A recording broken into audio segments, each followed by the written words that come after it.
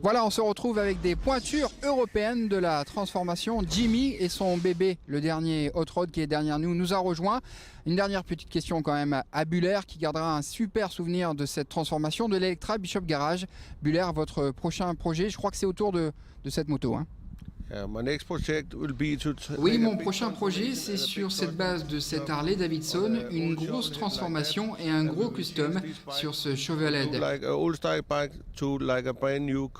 On va changer son look rétro pour en faire un look actuel custom. Merci Buller en tout cas d'être venu nous voir sur ce numéro de Génération Tuning. Jimmy, la moto, ça vous branche ou c'est surtout le hot rod vous? Ah non, moi, ça me branche énormément. Moi, depuis 16 ans, j'ai le permis moto. Et non, mais je roule en Harley, j'ai eu quand même 5 Harley. Et non, bien sûr, c'est ma deuxième passion. Enfin, j'ai beaucoup de passion en fin de compte. Alors vous, c'est le hot rod. Qu'est-ce que c'est déjà le hot rod? Un petit rappel rapide, hein. Comment on définit le hot rod?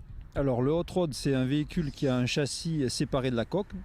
Il faut que la dernière date, c'est 1948, donc c'est de 0 à 1948.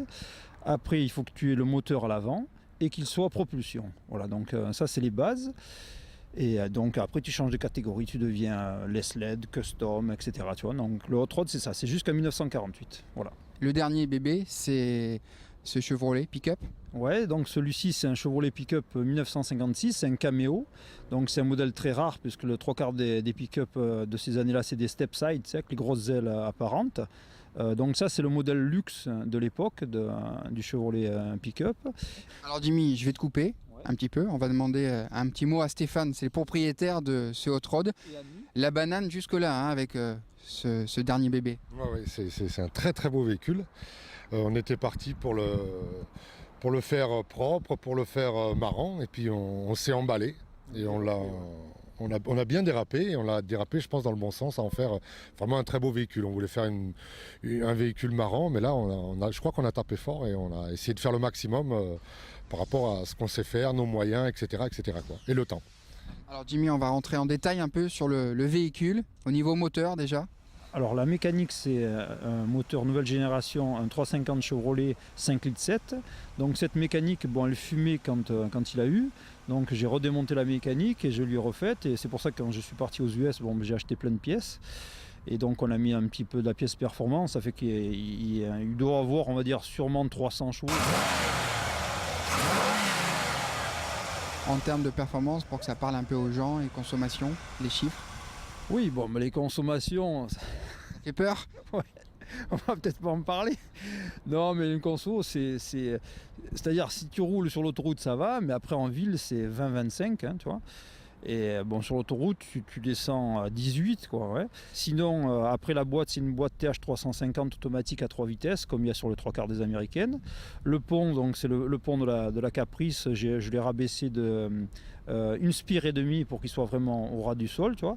Le train avant, donc c'est un train avant de ce Chevrolet, mais pareil, qui est surbaissé avec des freins à disque ventilés. Donc c'est un véhicule qui est très très confortable.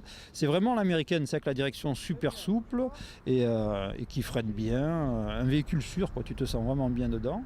Ce véhicule, il a le toit rabaissé de 8 cm. Donc ça, c'est un gros chantier. Parce que le toit, tu es obligé de le couper en 4 morceaux. Et comme il a les montants inclinés, dès que tu rabaisses de 5 ou 8, évidemment, après, tu te trouves trop court. Donc tu es obligé de mettre des bandes de tôle pour rattraper l'alignement, tu vois. Après ce Top Shop, donc je lui ai tout ressoudé, l'intérieur de la cabine aussi, parce que l'intérieur de la cabine, toutes ces voitures, elles sont pointées électriquement et c'est minable. Tu as toutes les jointures des tôles et tu vois les points, donc j'ai tout soudé, tout l'intérieur. J'ai bouché les cendriers, tu sais, il y a des cendriers, parce que comme il était luxe, tu avais plein de boutons sur le tableau de bord, donc j'ai tout disqué, tout rebouché, tout remastiqué. Donc rien que sur l'intérieur, il y a déjà un travail de folie. Donc après, les ailes arrière, par exemple, je les ai tronçonnées et rallongées de 6 cm, parce que c'est pas le même empattement le Chevrolet Caprice que le pick-up Cameo. Après, à l'arrière, pareil, la ridelle, si tu veux, je lui ai réalisé en aluminium, elle s'ouvre, elle se ferme.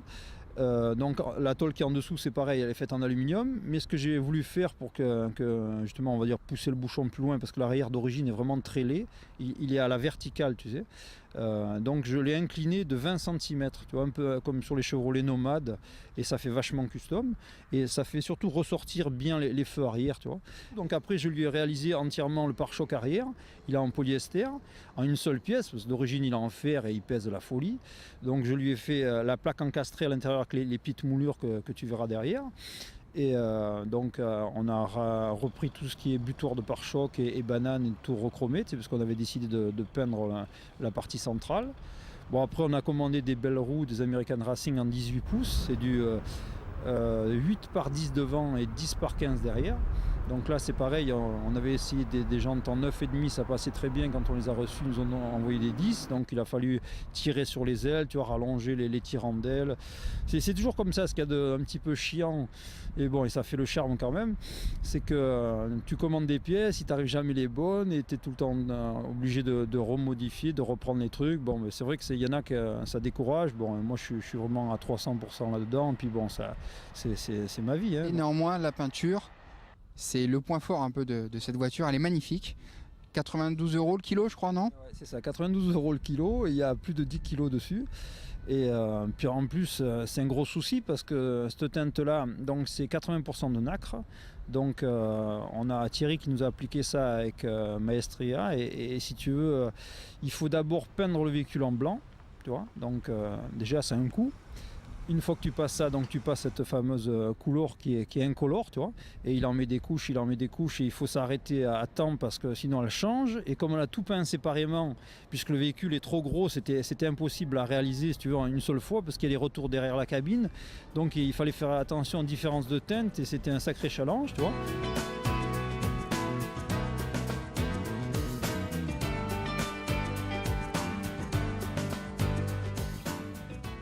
On s'est rapproché un peu de la bête pour parler de la sellerie.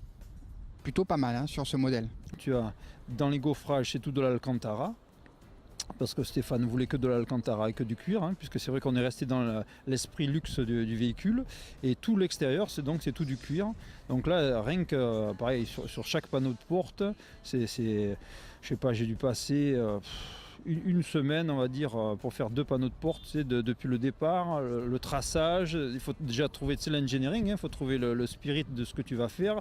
Est-ce que ça passe bien? Il faut penser aux accoudoirs, aux inters, aux poignées, tu sais, c'est vraiment de l'engineering. À chaque fois, tu es obligé de réfléchir à tout ça pour pas te planter. Et quand tu fermes la porte, ce que tu vois, tu vois. Et enfin voilà, donc beaucoup de temps de travailler, de temps passé là-dessus, et en fin de compte, un résultat sympa pour ce véhicule. Et je suis très content d'avoir offert ça à Stéphane parce qu'il le mérite.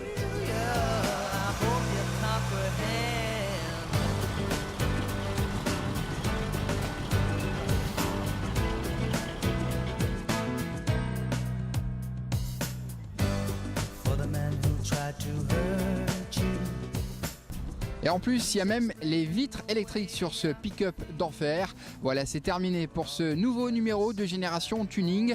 Si vous voulez découvrir tous les reportages en avant-première, je vous donne rendez-vous sur le site generationtuning.com. Salut, à bientôt.